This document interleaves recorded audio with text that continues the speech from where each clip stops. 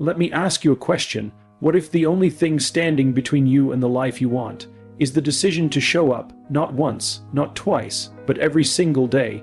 We often overestimate talent and underestimate consistency. We admire the finished product, but rarely honor the discipline that built it. The truth, greatness doesn't come from occasional inspiration. It comes from the choice to show up, especially when you don't feel like it. Let's explore 6 key principles that can help you train your mind to show up daily, relentlessly, and with purpose. Every morning, the alarm goes off, and in that moment, before the coffee, before the commute, before the noise, you are faced with a choice. Not the choice of whether to get out of bed or hit snooze. The real question is, why? Why do you get up? Why do you show up? It's a question most of us forget to ask. We rush into routines, go through the motions, check boxes, attend meetings, answer emails, chase goals. But in all this movement, we lose touch with the very thing that gave our actions meaning to begin with.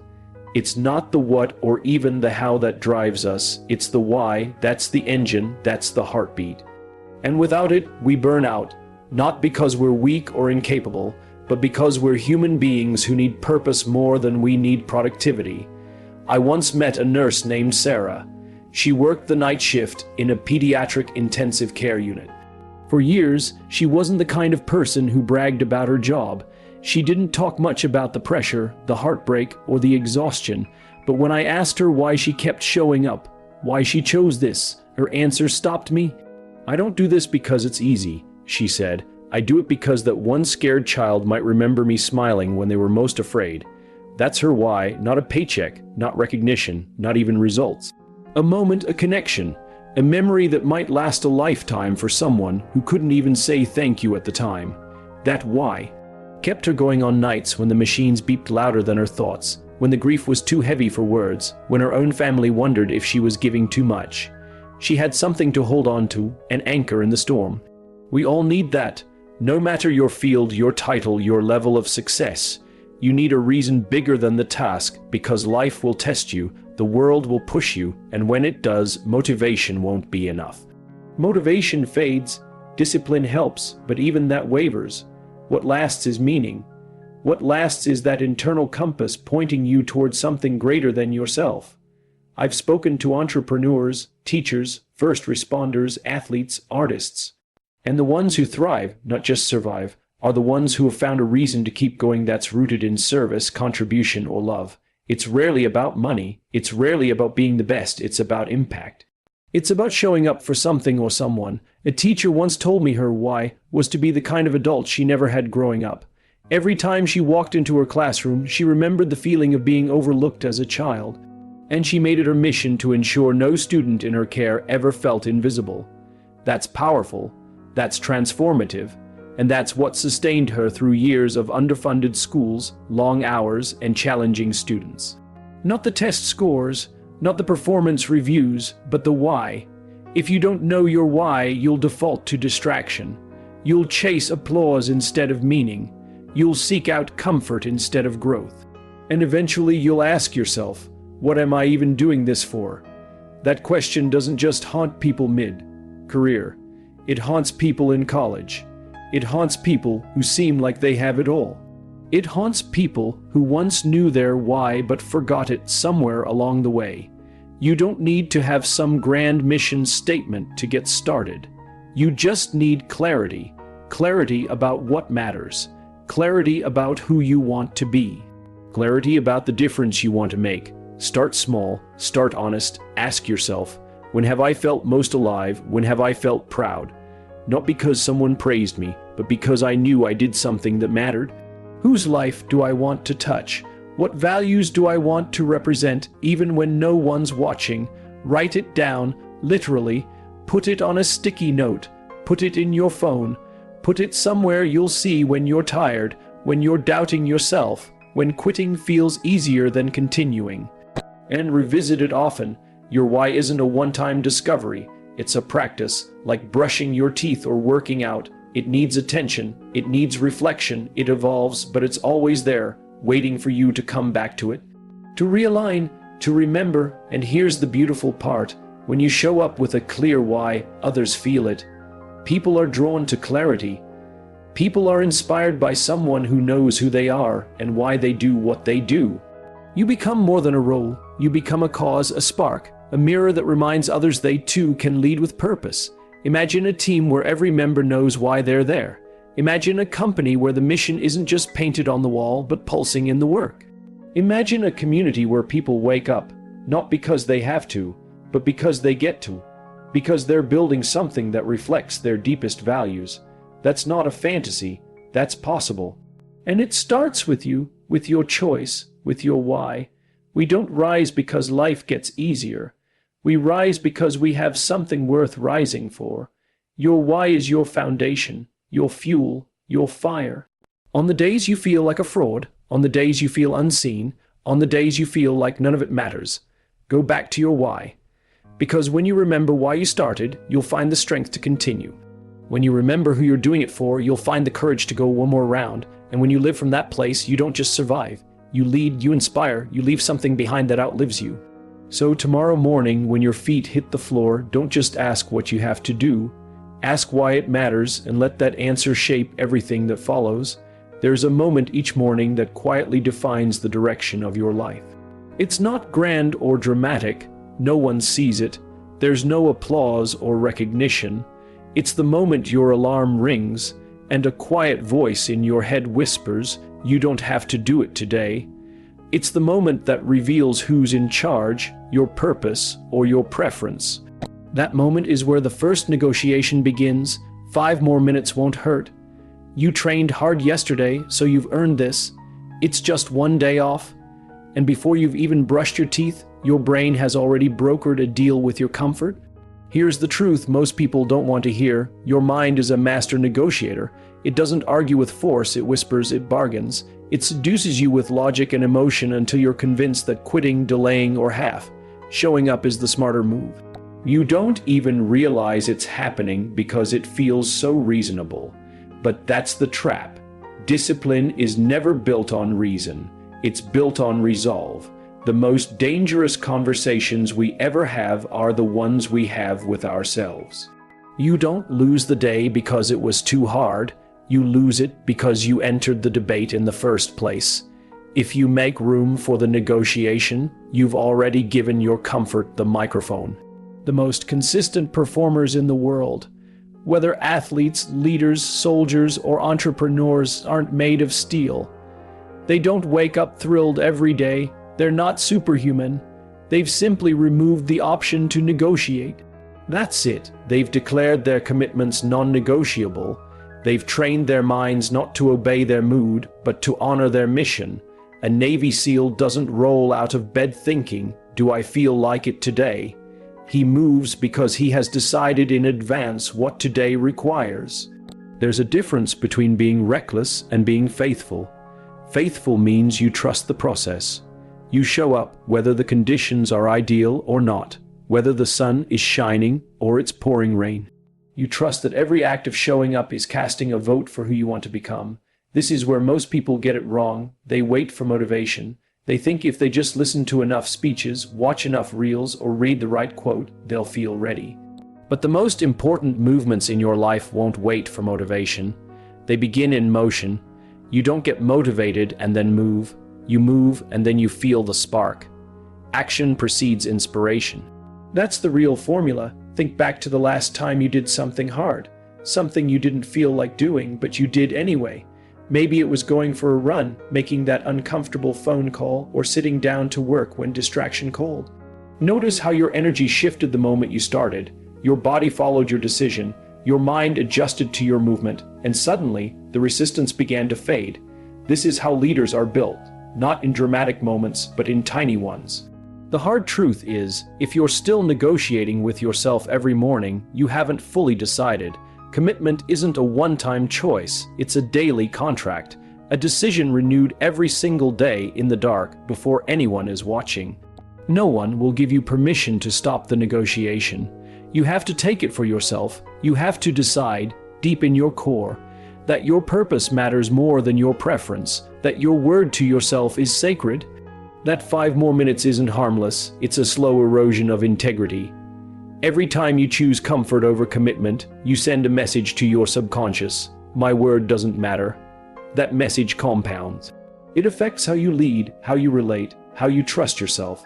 Because if you can't count on you, how can anyone else? Now imagine what your life would look like if you trained your mind to obey purpose. Imagine what it would feel like to show up for yourself every day, not out of force, but out of honor. To move not because it feels good, but because it's right. What if your commitment was the loudest voice in the room?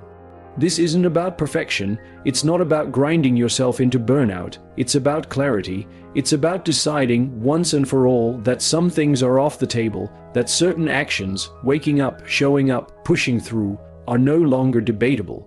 They are who you are. This mindset frees you. When the negotiation is over, peace sets in. The war in your head becomes quiet. You don't waste energy arguing with yourself. You don't analyze your mood or question your resolve.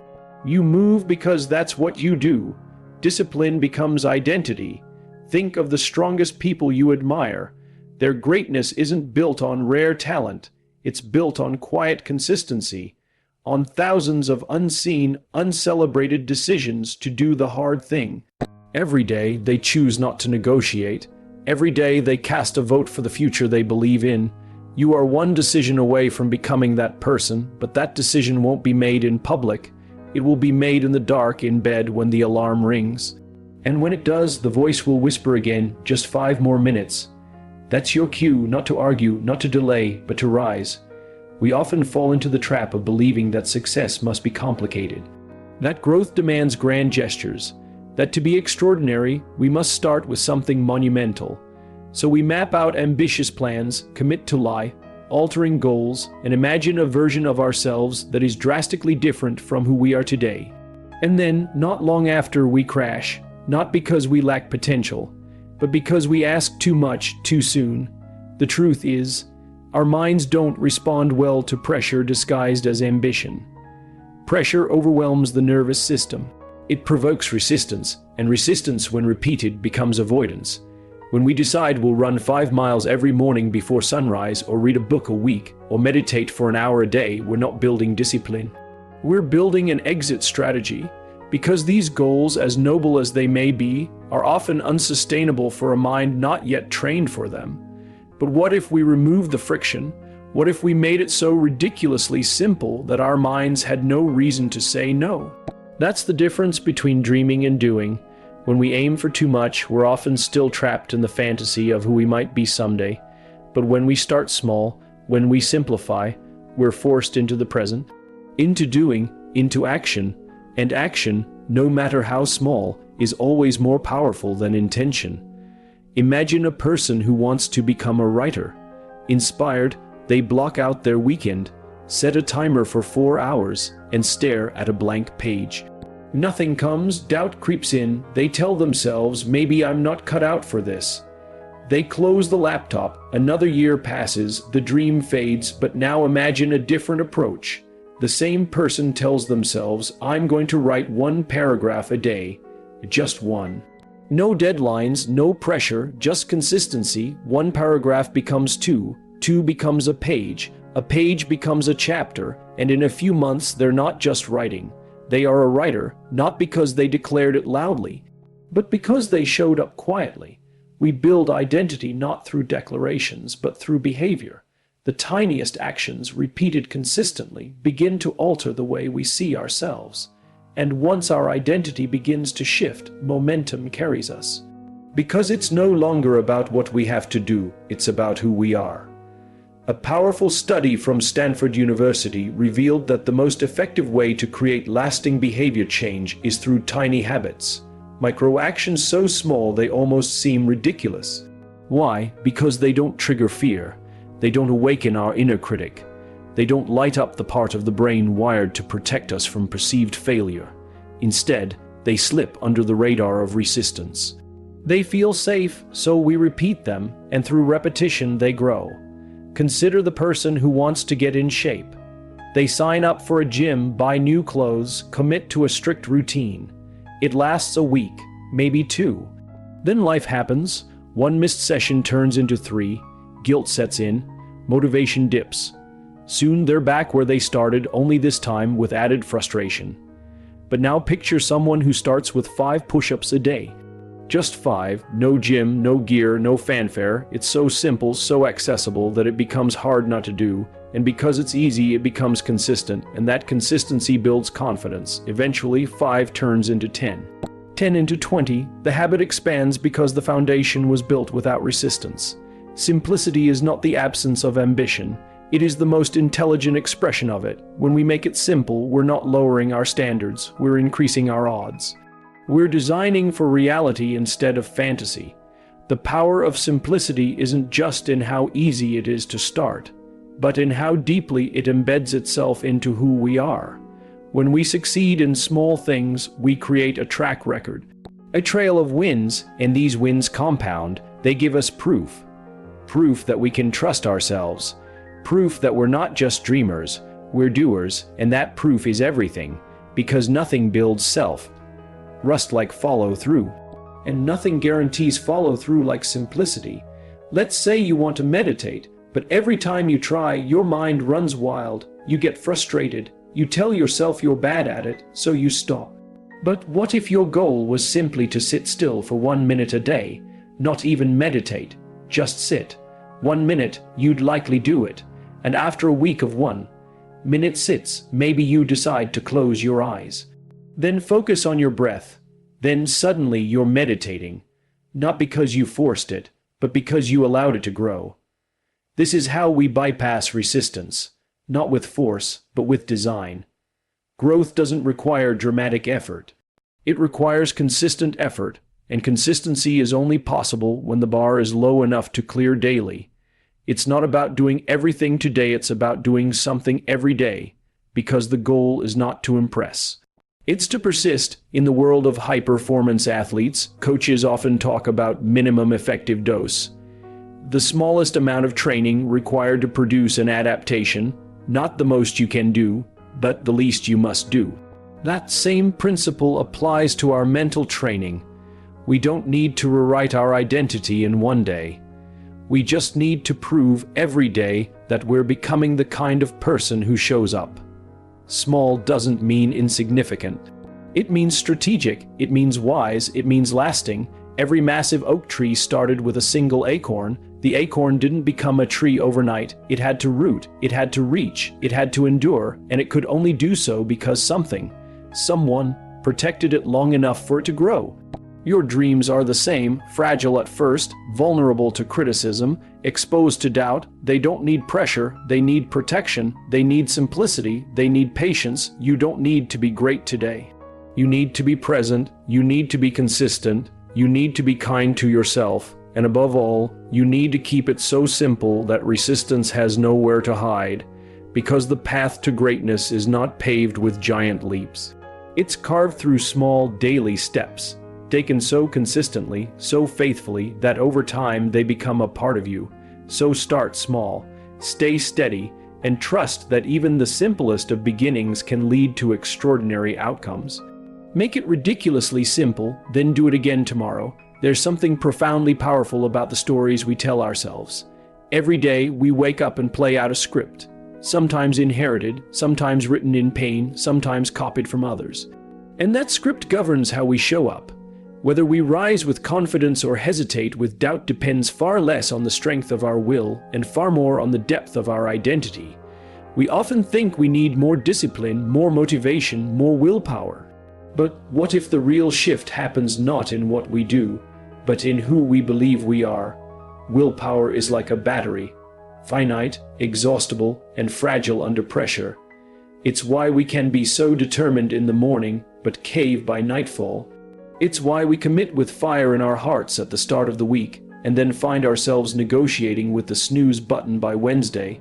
We say, I have to work out, like it's a punishment. I should be writing, like it's some distant goal we're failing to reach. But what if we flipped the narrative? What if we stopped relying on a battery that drains and started drawing from a source that renews itself endlessly? That source is identity. It doesn't run out. It regenerates with every action that affirms it. When we shift our story from doing to being, everything changes. I'm someone who trains daily, doesn't rely on motivation. It declares a truth. I'm a writer who writes every day. doesn't ask for permission. It affirms a pattern.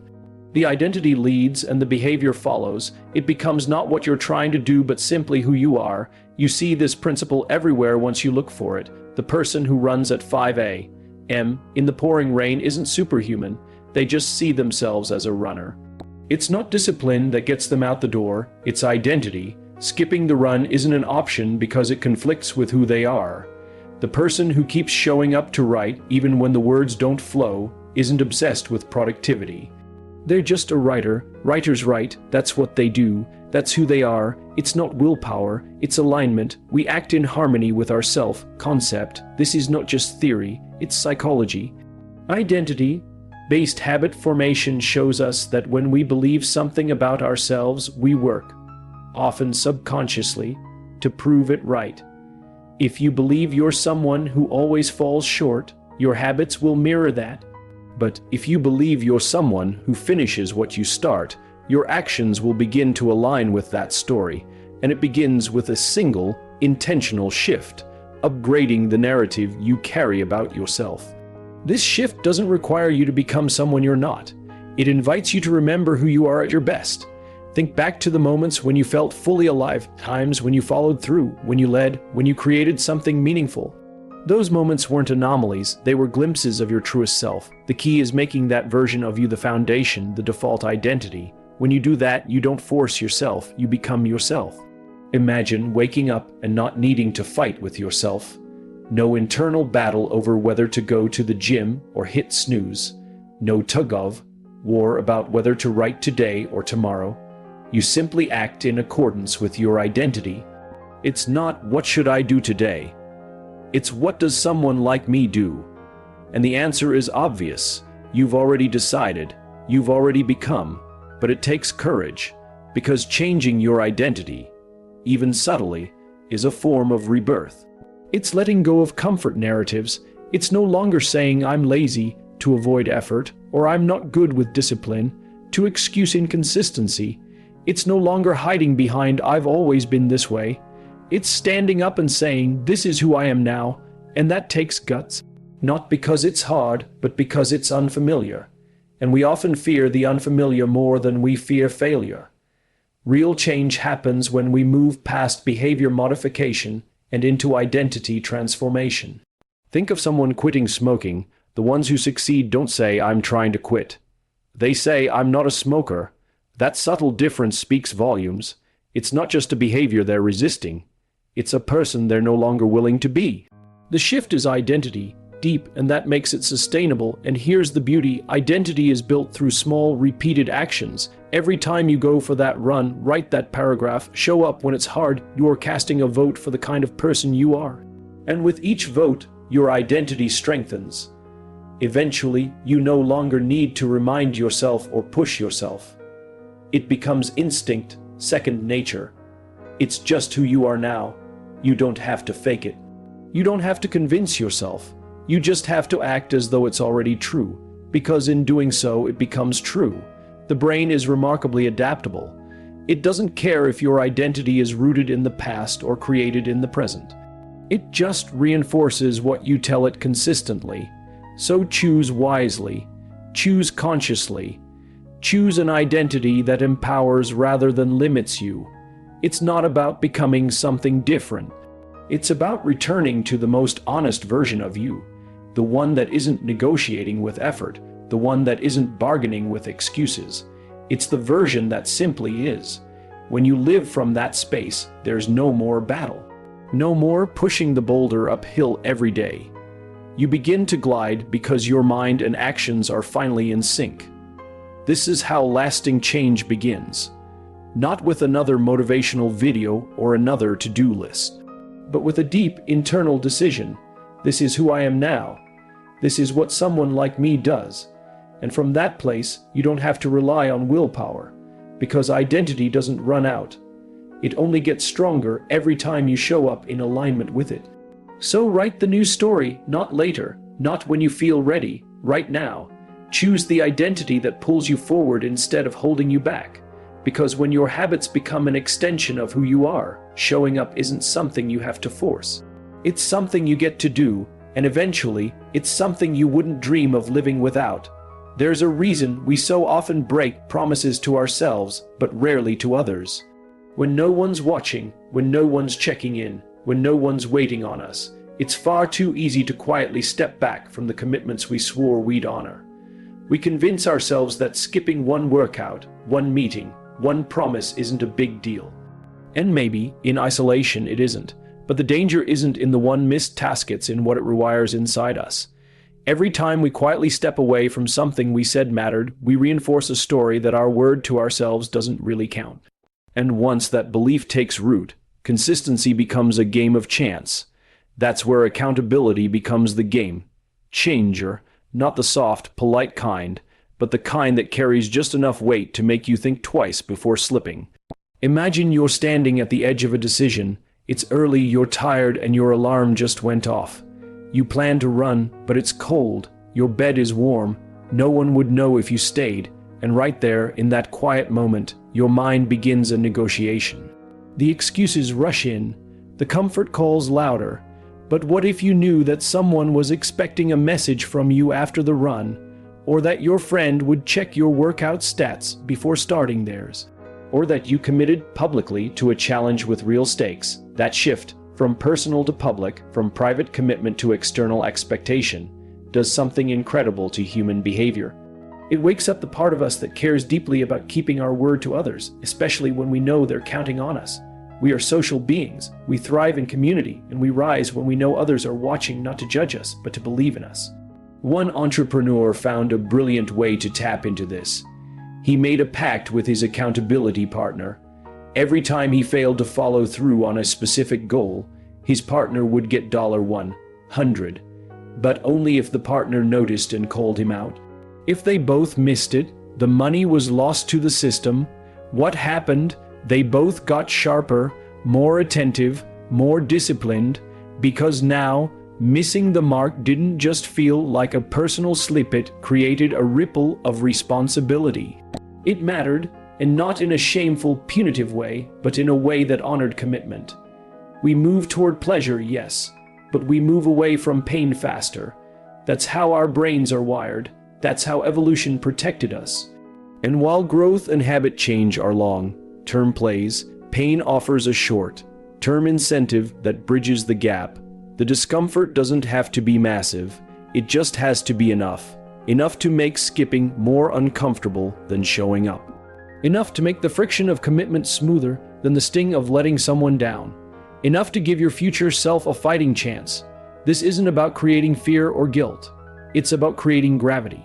When there's a gravitational pull, when your goal has weight, your actions begin to orbit around it. You stop relying solely on motivation, which is fleeting, and start building systems that carry you through the days when your willpower falters. Because let's be honest, those days are inevitable, so tell someone, don't just write it down in your journal. Speak it, text your goal to a friend, start a streak with your sibling, join a group of strangers with the same fire in their belly. Hire a coach who won't let you slide with excuses. Say it out loud in a room where the silence after your commitment will echo back as accountability. Let it be seen, let it matter. When you make it public, it changes how you show up. You walk taller, you breathe deeper, you think longer before saying, I'll do it tomorrow. Because now tomorrow isn't just your private problem, it's someone else's disappointment too, and strangely, beautifully, that external weight becomes your internal strength. Over time, you'll realize you're no longer doing it just to avoid pain or please others. You're doing it because you become the kind of person who does what they say, and that belief, that's identity. That's legacy. The world doesn't need more dreamers who keep their dreams to themselves. It needs brave souls willing to speak their dreams into the open air, knowing full well that once spoken, they carry weight. But that's how dreams take root. That's how we stop hoping for change and start creating it. Accountability isn't a burden, it's a mirror. It shows us who we are when we think no one's watching. And when that mirror reflects consistency, integrity, and effort, it becomes a source of pride, not pressure. It becomes a reminder that we're capable of more than we imagined, as long as we're willing to let others walk beside us, not to carry us, but to notice us. to nudge us, to say, "You promised, don't stop now." There is power in showing up for yourself, but there is profound transformation in knowing someone else is watching, cheering, depending, and occasionally pushing. That's what creates the kind of accountability that doesn't just keep you on track, it calls you to rise. So build it. Craft it intentionally, and don't wait until you're desperate. Set it up when you're still inspired. Because when the motivation fades, and it will, what remains is the system you've built and the people you've trusted with your goal. Let it hurt just enough to keep you honest. Let it matter enough to keep you going. That's how you turn a promise into a practice. That's how you show up, not just today, but every day after. We live in a world obsessed with results. We glorify the finish line, the highlight reel, the big wins that everyone can see and celebrate. We applaud the trophies, the promotions, the weight loss transformations, the $1,000,000 moments. But we rarely talk about the quiet, invisible work that led to them, and that's the problem. Because when we focus only on the results, we forget to honor the process. We forget that the most meaningful transformations don't come with fanfare. They come with sweat, patience, and relentless commitment when no one's watching. Progress, real progress, doesn't always show itself. Some days you show up, put in the effort, and look in the mirror only to see the same person staring back. You step on the scale and the number hasn't budged. You deliver the project and nobody claps. You record the podcast, write the blog post, train at the gym, and still feel stuck. And it's in these moments that doubt creeps in. That little voice in your head whispers, "Why am I even doing this?" But those are the moments that matter most. Because underneath that surface, where it looks like nothing is changing, something extraordinary is happening. You're building roots, deep, sturdy, invisible roots, the kind that don't show up in photos but hold up skyscrapers of success later. Think about the bamboo tree. For the first 5 years of its life, you water it, nurture it, protect it. And nothing breaks through the soil, nothing for 5 years. People walk by and laugh. They think you're wasting your time. But you keep showing up, keep watering, and then suddenly, in just 6 weeks, it grows 90 feet into the air. That's not magic. That's the power of unseen effort. The roots were doing the real work. They were preparing for a breakthrough. When you train every day and don't see the abs, when you study for hours and still feel unprepared, when you speak and no one listens, when you give your best and the world doesn't respond, that's root work. That's when you're developing something far more valuable than a quick win. You're developing discipline. You're sharpening resilience. You're crafting a version of yourself who can keep going when others stop. That's not failure, that's fortification. Most people quit too early, not because they weren't capable, not because they lacked talent, but because they didn't respect the process. They mistook silence for failure. They thought absence of results meant absence of progress. They thought slow meant stuck, but slow is strategic. Slow is where mastery is born. The truth is, anyone can start. Starting is easy. Energy is high. Motivation is fresh. The gym is packed in January. The world is full of day one enthusiasm. But very few stick around when the novelty fades and the progress plateaus. Very few stay in the room when the applause goes quiet. Very few keep showing up when the world isn't watching. But you're not doing this for the quick applause. You're doing this to become someone better, and that takes time, that takes repetition, that takes falling in love with the act itself, not just the outcome. Because when you respect the process, you stop obsessing over the scoreboard. You stop needing constant validation. You stop asking, "Is this working yet?" and start trusting, "This is working on me." And that's the real win. The process doesn't just get you the result. It turns you into someone who can hold onto the result. Because getting the result isn't hard. Losing weight isn't hard. Making money isn't hard. What's hard is staying healthy when no one's watching. Staying disciplined when the scale lies to you. Staying focused when the market turns. And that's where the process becomes your power. The process trains your identity. You're not just someone who wants to be fit. You become someone who is fit. Not because of the body you have, but because of the habits you live. You're not just someone who wants success. You become someone who's worthy of success.